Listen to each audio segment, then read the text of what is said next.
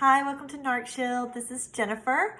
I am super happy to have you here. I hope that if you haven't subscribed, that you will subscribe. I hope that you will like the videos, and I hope that if you want to get more videos from me, you will hit the alert button, which is that little bell, and it will alert you when I post new videos.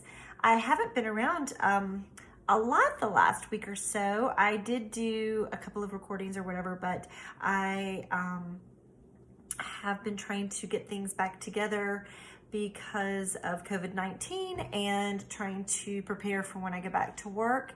And so it's been a little bit busy for me, so I apologize, but I did try to post a couple of things, even if it was just recordings with my voice. And so I hope that you understand.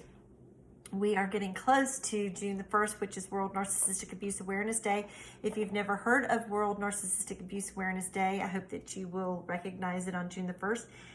And know that me and so many other people are here to bring awareness for you. Someone who may be going through emotional abuse with someone, which is narcissistic abuse, and or if you are someone who is wondering if someone in your family or a friend is going through narcissistic abuse and you're trying to figure out how to support them. So much information is being put out by me and so many other people in different ways. There's many psychologists and psychiatrists, and you've got people like me who have been through narcissistic abuse, who are here to just give information. And some of it is from real experience, and some of it is from the scientific information out there. And either way, you're going to learn a whole lot about it, and hopefully you will find something that will help you, and also to let you know that you're not alone. And I do believe that people that have been through narcissistic abuse are people that are important for you to have around you, because we believe you. And I know that I've heard like different psychologists and things like that say they're not so sure about videos that come out by people like myself, because we aren't doctors or anything like that. But we have been through it and understand it. We may not know all the lingo exactly and how to express it in very good words. That's part of the problem, is not being able to put it into words where people understand us. But we do understand, and it's important to have that kind of support. So I do think it's important for people like myself and other people who've been through it to be here. And I do want you to know that you are supported. I care about you a lot. And so there is something called World Narcissistic Abuse Awareness Day, and you can look that up and get all kinds of information on it, and hopefully find information there that will help you as well. They have a telesummit on June the 1st as well, with many different people who come on and talk about narcissistic abuse. If you're interested, you can go to their site on even Facebook, and it will let you sign up for that. And I think it's free anyway, so I would check that out. So tonight I wanted to bring up something. I might bring up something else too, but I know for sure that I wanted to bring up something called black and white thinking. And it's so confusing when you are with someone who is narcissistic, because they go into this black and white thinking. There is no gray. And you will be like, what in the heck? Like, yesterday I was the best thing since sliced bread, and today you would think I am the spawn of the earth, like the worst thing that ever happened to this person. And they're just seeing black. They can't see past anything. Nothing that I say, they don't remember anything good about me. And you find yourself trying to prove your worthiness to this person again. It's like this constant uphill battle of, I'm not what you think I am. I am worthy, and I am loyal, and you find yourself saying I'm sorry when things aren't your fault. And it's because your mind, it is manipulated, and I talk about a lot of the different manipulations in different videos. And so this black and white thinking is so confusing to you because you know you were on a pedestal and now you're not. You have a major fall from grace and you're trying to get back to where you were. And I see a lot of this when people are being cheated on. So many people talk to me about this kind of abuse and they've been cheated on. So I always say if you've been with a narcissist, especially if they are the more grandiose type or extroverted type, overt, whatever word you want to call it, HG Tutor says ultra, greater narcissist, they're going to cheat on you. Narcissists get really bored.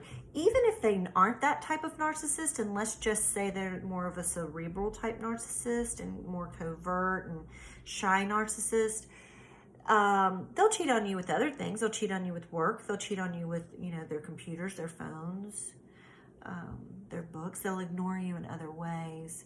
So there's other ways of cheating. But most of the time when people talk to me, it is about getting cheated on, or a lot of that comes in. There's a lot of the other stuff that happens, but this cheating stuff really gets people stuck.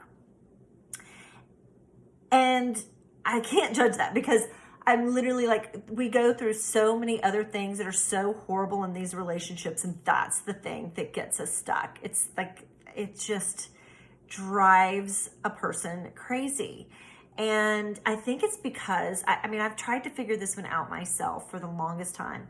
I honestly think it's because people like us are really trying to prove our self-worth to these people for so long that, but by the time it comes to that, it's like the biggest door slam in your face that could possibly happen to you. And we wanted to trust them. And when they came in, they acted like they were going to be the savior. They were going to be the knight in shining armor. They were going to protect us. And I do believe when they first come in, they are believing those kind of things when they say them because they're in that infatuated state. And they want you to be the one that is going to make everything right in their world. And they believe that in the beginning stages. And we do too. We do too when we get with them. It is like magic when you get with a narcissist in the beginning. As I've talked about and many people have talked about before, and because you've been in that type of relationship.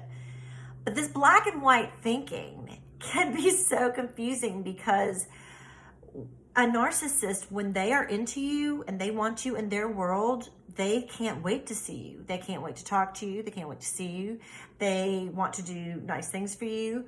They treat you like a king or a princess. They listen to everything you have to say. They have all the time in the world for you. Nothing comes before you. Friends, work, it doesn't matter. You come first. They are all about you. You can always reach them. You never have to worry about wondering where they are. You never have to question anything because they're Johnny on the spot or Melissa on the spot, because it can go either way. And so this black and white thinking is so the narcissist in those moments, they see you as all good. They don't see anything bad about you. You could be overweight, you could have gray hair, and think that you just look like the most worst thing in the world. And they are looking at you like you are just the most beautiful thing they've ever seen in their life. Because you're so potent, you're such potent fuel for them. And they just feel amazing around you, and they're getting such a jolt of electricity from you. And they need that. But when that moment comes, and it's like a light bulb, if you've been in these relationships long enough, you will know when it comes. You will feel it and you will fear it. It is when you have to question them about something. You don't have to, but you feel you have to. And it's because things aren't adding up. and you're like, I don't really believe them. I don't want to not believe them, and I'm hoping that they're going to tell me something different, or they're going to explain things where I'm like, okay, I was just seeing things, because we're used to that too, because they're really great at gaslighting and deflection and blame shifting, so they can make you go, oh man, I was just being silly. I'm so sorry. I shouldn't have never, it's my past. I'm just broken, and you will take all the blame. And so when you do start to question them, there's those moments where you fear it because you're afraid.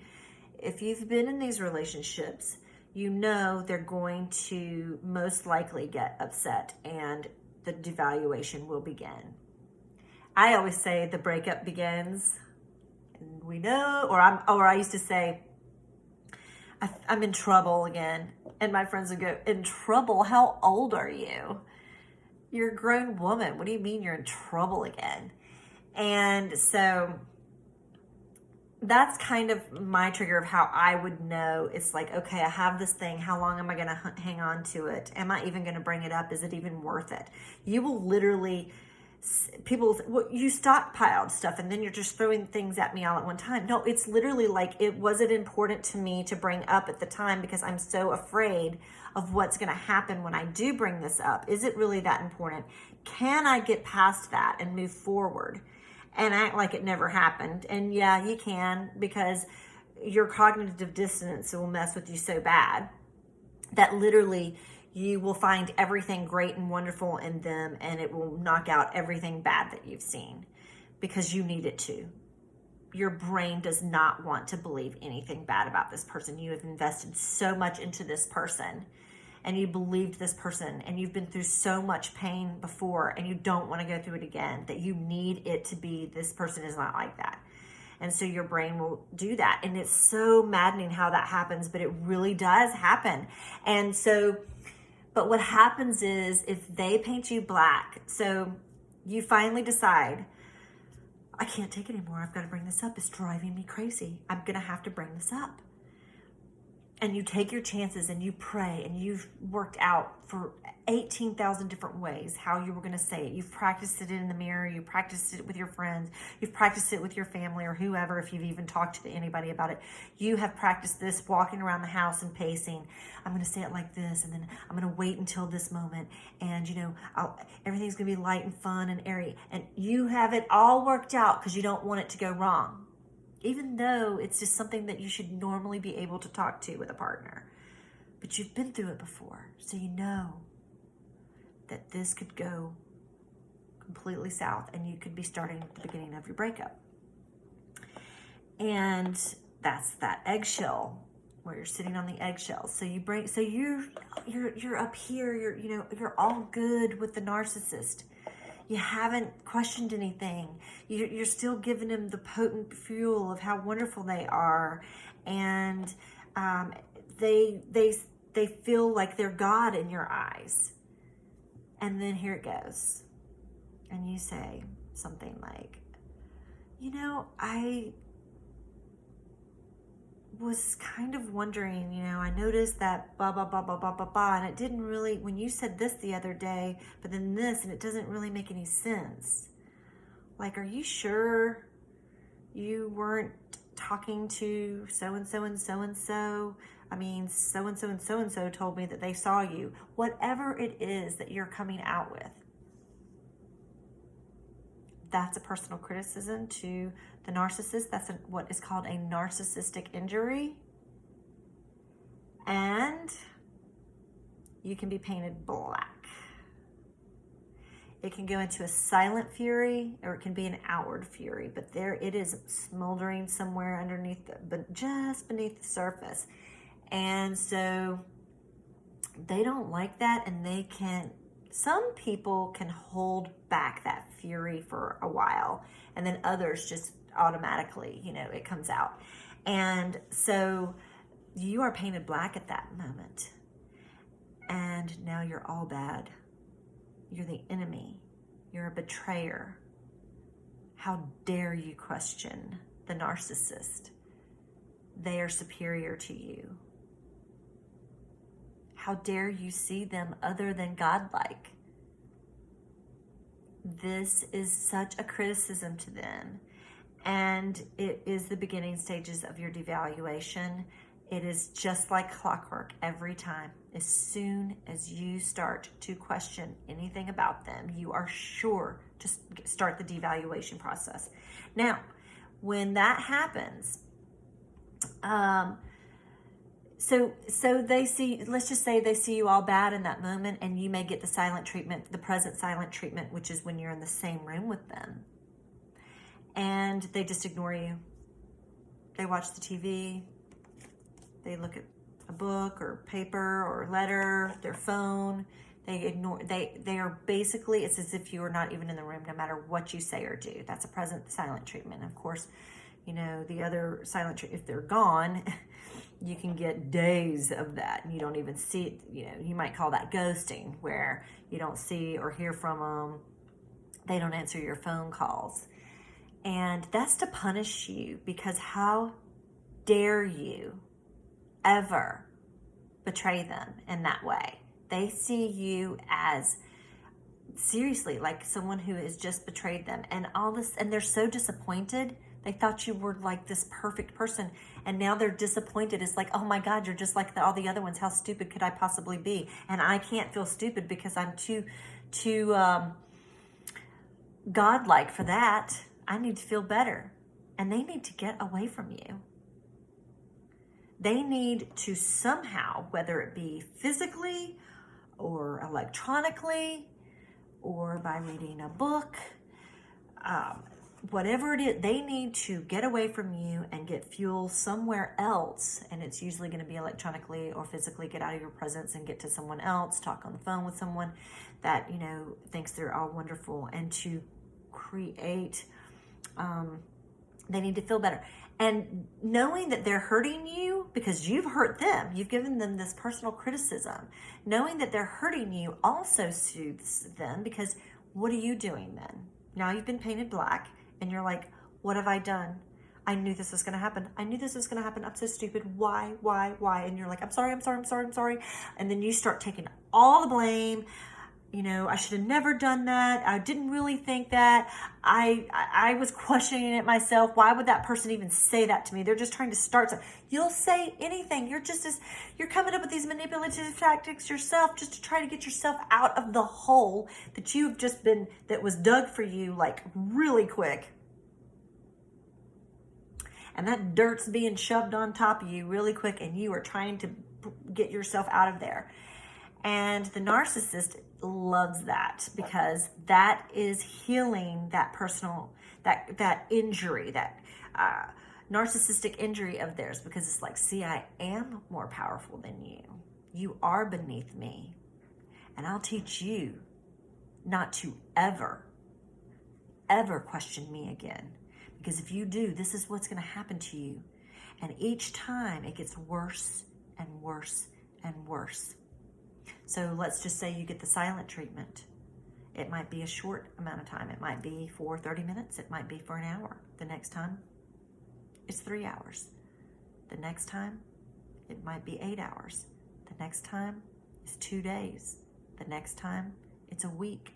The next time, it's 4 months. The next time, it's a year. You will be punished.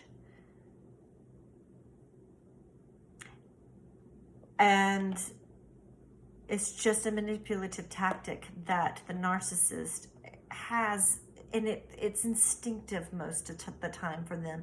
I mean, if you're a malignant narcissist, it may be different, but it's instinctive. This is things that they have learned from childhood that works.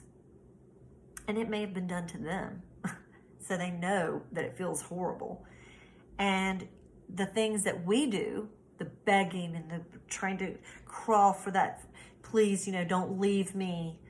I love you. I want to fix this. Can we fix this? And you try to do the reasoning, and it doesn't matter what you do. You're not going to be able to make this better.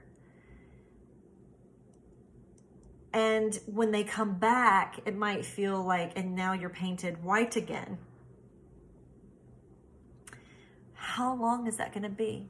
Because you can be painted white and black within seconds, within minutes, within hours. You may not even know it. You can be sitting there and think that you are just great and dandy and everything, and the narcissist might be thinking that, and then I don't know, you might say the wrong thing, and maybe you're looking at the TV or you're talking about something that happened within your day, and they're looking at you and they're thinking, are you, all of a sudden you're painted black, she's evil, I don't know if I can trust her, I don't trust her, look at her, she's a liar, she's this, she's that. They have this created thing, this story going on in their head, and then you may say something, you know, that might make them, like you might say something like that compliments them and lets them know how special you think they are. And then they're like, oh, she's the greatest thing. I mean, I love her so much. There's nobody like her. She's so wonderful, or it could be he, whatever. How lucky could I be to have someone like her? And then a little bit later, you say something different, you know, just in conversation. And the next thing, they're going, oh my God, how dumb was I to have ever picked this person? She's got to be the worst person that I've ever dated. I'm sure people look at me and think I'm crazy for dating her or him. And, you know, and so you're painted black, and they've got this whole thing going on, and you don't even know it. And that's why sometimes you may, let's just say you spend the night with your partner, your girlfriend, boyfriend, let's just say, and you think everything is great, and then the next morning things are, and I've said this before in videos, but like you drive away and you're like, oh gosh, I just love him so much, I can't wait to see him again. Like they're thinking, thank God she or he is gone, because you've been painted black. And they're like, I don't know why, like I'm sure I've heard this before anyway, like it's like, you know, I don't know why sometimes I like her or him and sometimes I don't, and it's like this love-hate thing. It's that black and white thinking, and it's instinctive. And so like that morning they're just like, oh God, I don't know if I ever want to, I think I want to break up with them. And it could be that you just got engaged or something. Have you ever noticed that? People who just get engaged, then all of a sudden they're not engaged, and it's like, what? You just got engaged? Or what? You just got married? What do you mean the marriage is over? That kind of thing. It's like because of that black and white thinking, and you're in this narcissistic relationship, and they're not normal relationships. So you've been thrown off that pedestal, thrown into the mud, and yeah, like they don't want anything to do with you anymore. They could be like, I mean, I know somebody said before, it was like, one of the compliments for me when I was painted white would be, one of the things I really love about you is how hard you work. You're such a hard worker. You've always been a hard worker, and I don't know anybody else that has worked as hard as you, and I admire that so much. And I know that, you know, you aren't in a relationship with anybody for the money. And then as soon as I'm painted black, it's, you're such a money whore. Like all you care about is money. The only reason why you want anybody is if they have money, and you're, you know, everybody knows that you're, you know, the type of chick that's just looking for somebody who's got money. And I'm like, what happened to, you know, just yesterday you were telling me how proud you were of me, and how, you know, and I'm thinking, I always have worked. I've worked like since forever, and that's definitely not why I go out with people. So, I mean, I've definitely gone out with people that didn't have anything, and have been out with normal people. That's another thing too. Narcissistic people, they have this story in their head, and they will look at you and they will create a story about you. So when you're white, they have this story that you're all wonderful and good, and then when you're bad, they have this story, you know. And so, like I said, you know, this person was like, you know, you just, but they could actually, they're also underneath very insecure too. So it could be that they think that you only want that, and so they may not have that, and then they're like, I can never be here because I'm never going to have that. And they can't be around somebody like that because they can't feel like that. They need to feel, great. And that's the most frustrating thing for somebody like us, because it's like, no, like the reason that I'm even with you is because I think you're like amazing. It doesn't matter what you have, what you don't have. It's not about that. It's about the connection. And if someone has that in their mind and they've created a certain story, there's nothing you can say or do. Nothing. It's all about them loving themselves enough and being vulnerable enough to let you in. And then for us, we got to love ourselves enough to believe in ourselves. And so when you're painted black, be like, I can't tell you how many times people have been painted black and they actually start to believe that stuff. I'm like, what? No, you are still this great person. Just they're mad at you right now, and that's just what they're saying. That's what the story they've written in their head right now, because they need to be mad at you and they need it to be your fault. And they need to have a reason that they're walking away and a reason to tell everybody, because everybody else will be like, wait a minute, I thought last week you really liked that person. And they're like, oh yeah, well then I found this out. They need that. And so it can be quite confusing. And because black and white thinking can happen so quickly, you are always on your tiptoes and you never feel completely secure in that relationship. And so it makes it really toxic and unhealthy. It really does. Both people end up not trusting each other and unable to talk to each other, but out of complete fear of what's going to happen. And it's just so bad. And I'm not going to say that relationships like that can't somehow, like you could go into therapy and find some ways to work. I think it would depend on how narcissistic that person was and how codependent the other party was. But, I'm not a psychologist, but maybe. But I know that it's toxic, and I know when you're too close to that person, you're triggering each other. And so I don't know how that works, how you can help each other to heal when you're the person that's triggering the other person so much. That would actually be a really good question to ask, like Dr. Romney. I love her. You can find her on YouTube. I think she's fantastic. Or even ask HG Tudor, who's a narcissist, and other people. I might ask that question, actually. That's a question that I'm kind of curious about myself. So I'm always open to having your comments, and I would love for you to comment and let me know something. What's the black and white? What was some white thinking that you had, and then all of a sudden it turned to black thinking when you were in a relationship and you were like, wait a minute, I'm completely confused. And if you didn't know what it was and now you do, let me know. But I would love to hear some of your stories. I would love to hear your comments. And if there's anything that you would like me to talk on, I will be happy to. If I've experienced it, I can talk about it in that way. Or I can maybe give a story of somebody else, of some stories that I've heard. And anyway, just know that I'm here for you, and I do appreciate you commenting and contacting me. It really does mean a lot to me. So until next time, I will see you around, and hopefully you will have a narc-free rest of your weekend. Bye.